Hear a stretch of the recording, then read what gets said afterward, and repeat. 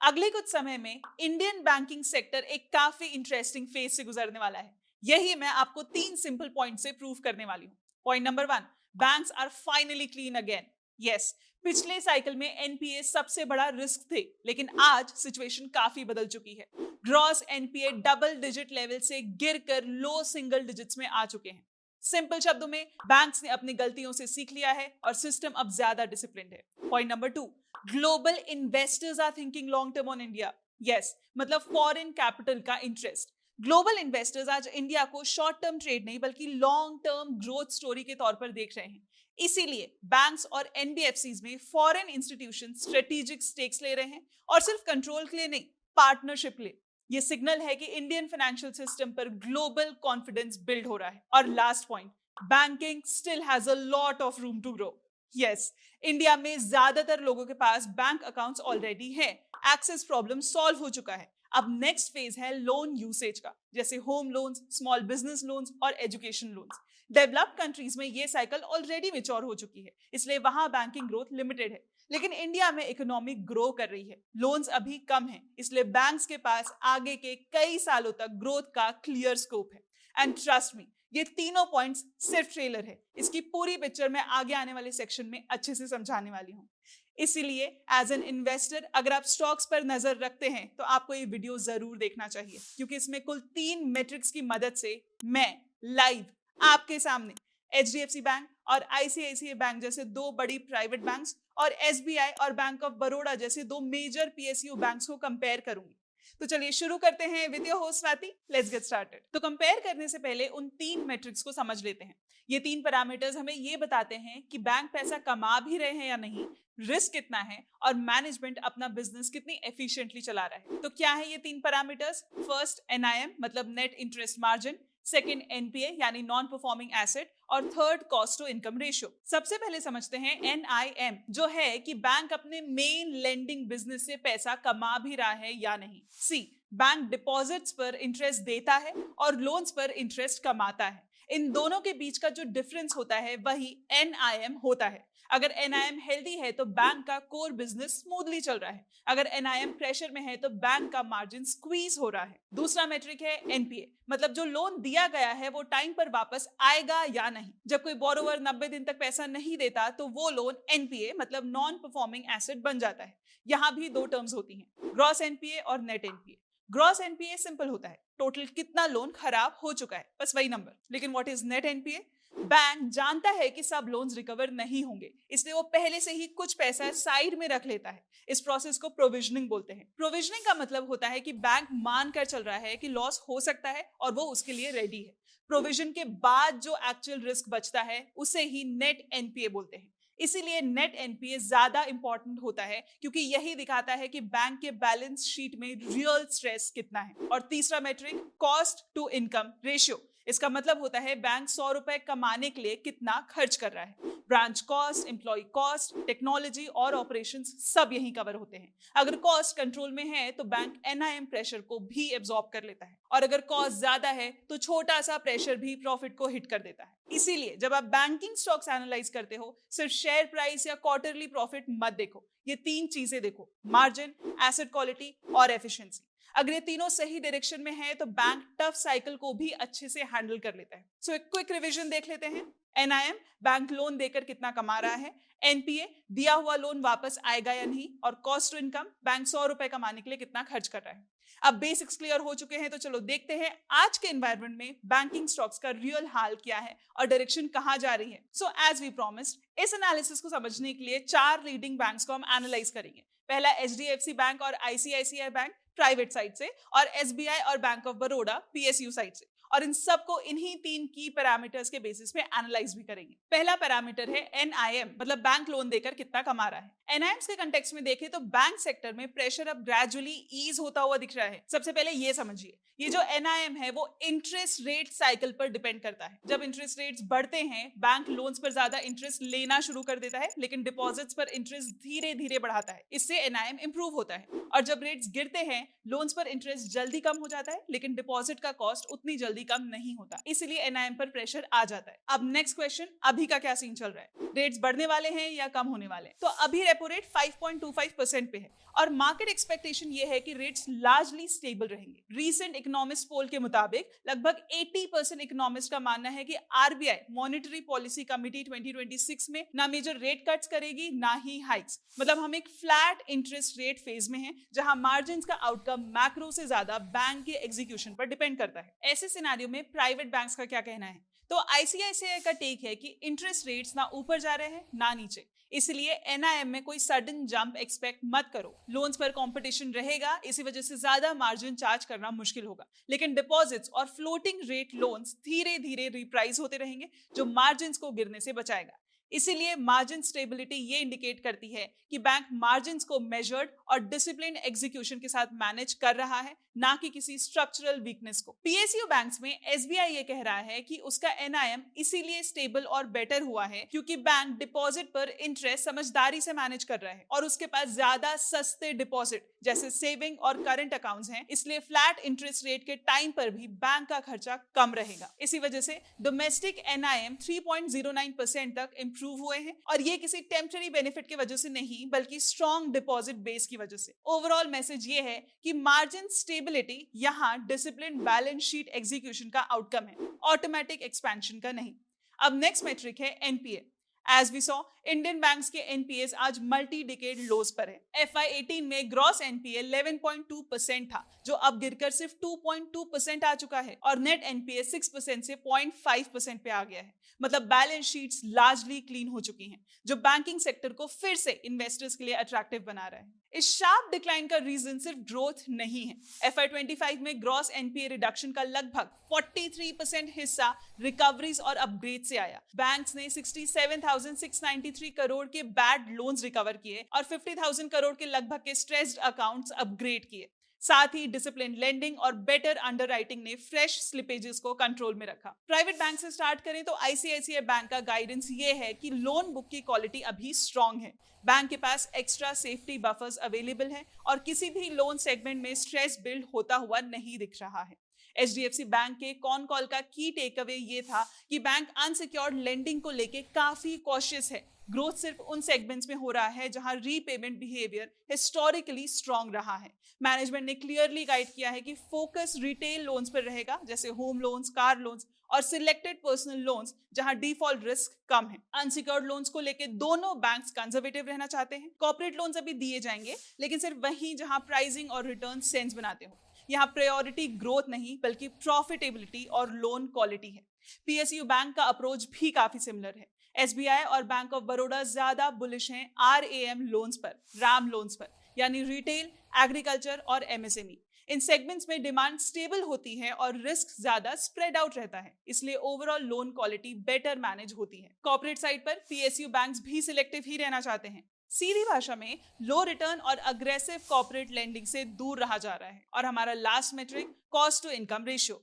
Cost to income के case में private banks अभी भी क्लियरली आगे हैं। आईसीआईसीआई बैंक और एचडीएफसी बैंक दोनों का cost to income broadly 39 to 40% के रेंज में है। मतलब ये बैंक 100 रुपए कमाने के लिए लगभग 29 से 40 रुपए खर्च कर रहे हैं। अब पीएसयू बैंक्स में गैप अभी भी है, लेकिन डायरेक्शन पॉजिटिव है। स्टेट बैंक ऑफ इंडिया और बैंक ऑफ बड़ौदा का cost to income broadly 48 to 50% plus के रेंज में है, यानी ये बैंक 100 रुपए कमाने के लिए अभी भी ज्यादा खर्च कर रहे हैं। जैसे कि हम इस टेबल से देख सकते हैं, प्राइवेट बैंक्स आज भी थोड़े ज्यादा स्टेबल और प्रेडिक्टेबल दिखते हैं क्योंकि उनकी मार्जिन्स और कॉस्ट बेटर कंट्रोल में है। पीएसयू बैंक्स ने बैड लोन्स और मार्जिन्स के केस में काफी स्ट्रॉन्ग कमबैक किया है, लेकिन खर्चा अभी भी उनका वीक पॉइंट है। मतलब पीएसयू बैंक्स इंप्रूव कर रहे हैं, पर प्राइवेट बैंक्स का एग्जीक्यूशन एज अभी भी बना हुआ है। नाउ आई नो मैंने 3 की मेट्रिक की बात की थी, पर मैं आपके साथ एक और इंटरेस्टिंग पॉइंट शेयर करना चाहती हूँ, जिससे प्राइवेट और पीएसयू बैंक्स को कंपेयर करना और आसान हो जाता है, और वो है SLR, statutory liquidity ratio. SLR का सिंपल मतलब होता है कि हर बैंक को अपने डिपॉजिट्स का एक हिस्सा ऐसी जगह रखना पड़ता है जो सेफ भी हो और लिक्विड भी हो। सेफ मतलब जहां डिफॉल्ट का रिस्क ना के बराबर हो, और लिक्विड मतलब जहां से जरूरत पड़ने पर तुरंत पैसा निकाला जा सके। इस कैटेगरी में मेनली गवर्नमेंट बॉन्ड्स और ट्रेजरी बिल्स आते हैं। अब रूल क्लियर कर लेते हैं।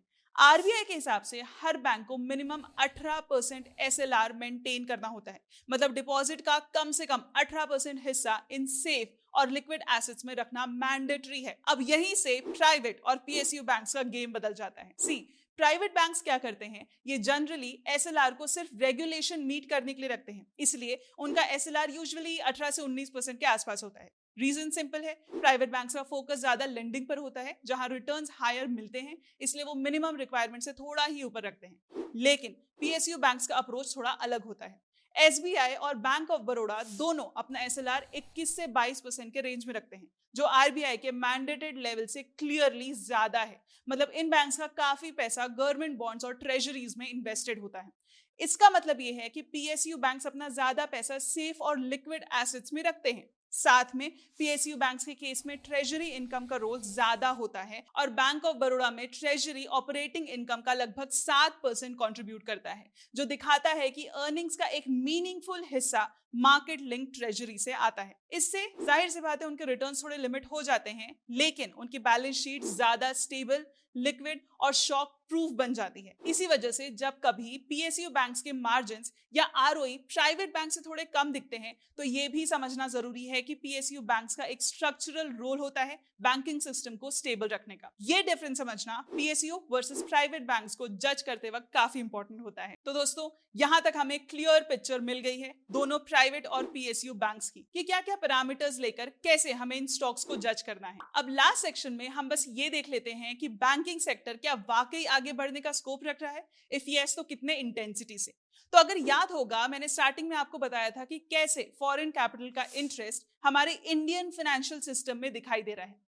Why am I saying this? क्योंकि आरबीआई के गवर्नर ने रिसेंटली कहा है कि इंडिया की स्ट्रॉन्ग ग्रोथ ट्रेजेक्टरी की वजह से ओवरसीज इन्वेस्टमेंट्स आगे भी अट्रैक्ट होती रहेंगी। मतलब ग्लोबल इन्वेस्टर्स इंडिया को शॉर्ट टर्म ट्रेड नहीं बल्कि लॉन्ग टर्म ग्रोथ अपॉर्चुनिटी के तौर पर देख रहे हैं। साथ में देखें तो public sector banks government owned होते हैं, इसलिए उनमें फॉरेन शेयर होल्डिंग पर स्ट्रिक्ट कैप होता है ताकि सॉवरेन कंट्रोल बना रहे। अब सेंटर एफडीआई लिमिट को 49% तक बढ़ाने पर विचार कर रहा है ताकि कैपिटल बेस स्ट्रॉन्ग हो और लॉन्ग टर्म इन्वेस्टर्स अट्रैक्ट हो सके। इसी के साथ रीसेंट डील्स में देखें तो foreign financial institutions Indian bank और एनबीएफसीज में स्ट्रेटेजिक पोजीशंस ले रहा है। एमिरेट्स एनबीडी बैंक को आरबीएल बैंक में स्टेक लेने की अप्रूवल मिली है।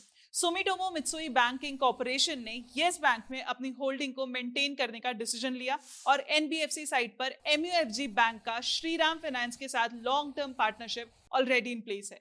इन सब एग्जांपल्स का कॉमन थ्रेड ये है कि ये इन्वेस्टमेंट्स कंट्रोल के लिए नहीं है बल्कि पार्टनरशिप और ग्रोथ पार्टिसिपेशन के लिए है। ये हिंट है कि इंडियन फाइनेंशियल सिस्टम अब एक ऐसे फेज में एंटर कर रहा है जहां ग्लोबल कैपिटल लॉन्ग टर्म के लिए कमिट करने को रेडी है। मतलब FIIs are really betting big on our financial system.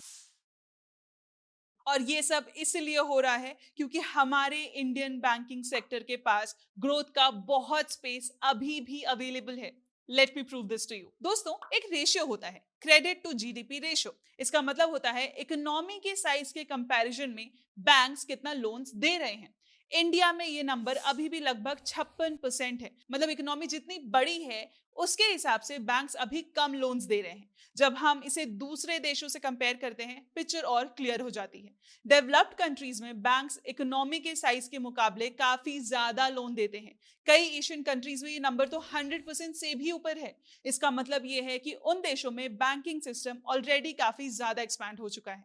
India का केस अलग है। यहाँ बैंक्स वीक नहीं है, बस ये है कि इंडिया अभी क्रेडिट के मामले में फुल्ली ग्रो नहीं हुआ है, इसीलिए आगे चलकर लोन ग्रोथ के चांसेस ज्यादा है। अगर आने वाले सालों में इंडिया का क्रेडिट टू जीडीपी रेशियो धीरे धीरे 70 to 80% तक भी पहुंच जाता है, तो बैंक के लिए कई सालों तक ग्रोथ के अपॉर्चुनिटीज बन जाते हैं बिना किसी रिस्की लेंडिंग के।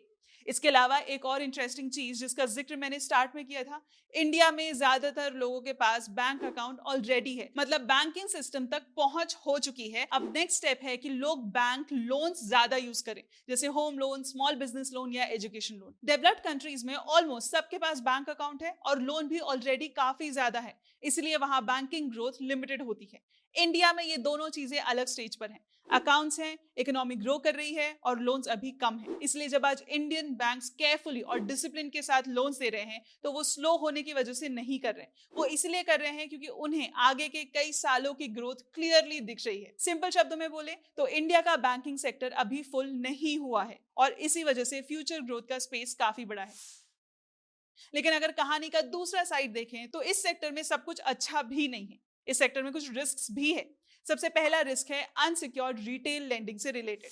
आरबीआई ने रिसेंटली फ्लैग किया है कि पर्सनल लोन्स, क्रेडिट कार्ड्स और शॉर्ट टर्म अनसिक्योर्ड लोन्स में स्ट्रेस बढ़ रहा है।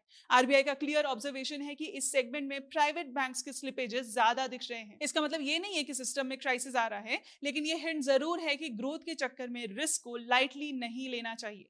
दूसरा रिस्क क्रेडिट और डिपॉजिट ग्रोथ का गैप है। रीसेंट डेटा के मुताबिक सिस्टम लेवल क्रेडिट ग्रोथ 12% के आसपास चल रहा है, जबकि डिपॉजिट ग्रोथ 9 से 10% तक स्लो हो चुका है। जब लोन्स डिपॉजिट से तेज ग्रो करते हैं तो लिक्विडिटी टाइट होती है और बैंक्स पर प्रेशर आता है कि वो डिपॉजिट के लिए कंपटीशन बढ़ाए। इसका डायरेक्ट इंपैक्ट मार्जिन्स और फंडिंग कॉस्ट पर पड़ता है। तीसरा पॉइंट रेट ट्रांसमिशन का है। आरबीआई गवर्नर ने बैंक्स को क्लियरली कहा है कि रेट कट्स का बेनिफिट कस्टमर्स तक पहुंचना चाहिए। अगर लेंडिंग रेट्स जल्दी नीचे आते हैं और डिपॉजिट रेट्स उतनी तेजी से एडजस्ट नहीं होते तो शॉर्ट टर्म में मार्जिन्स पर प्रेशर आ सकता है। तो ये सब चीजें भी इग्नोर नहीं करना है, हर पहलू को देखकर एक सही डिसीजन लेना है। तो अगर हम पूरी पिक्चर को समझें तो इंडियन बैंकिंग सेक्टर आज एक स्ट्रॉन्ग पर डिसिप्लिन्ड फेज में है।